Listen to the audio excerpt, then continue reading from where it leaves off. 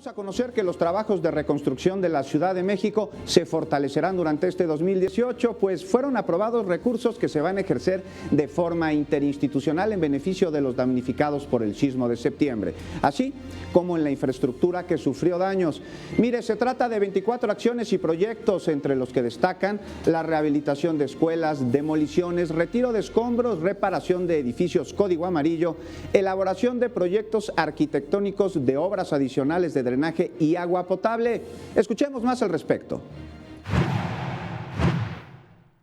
La Comisión para la Reconstrucción ha revisado y aprobó ya recursos para la reconstrucción por un monto de 2.195.451.996 pesos.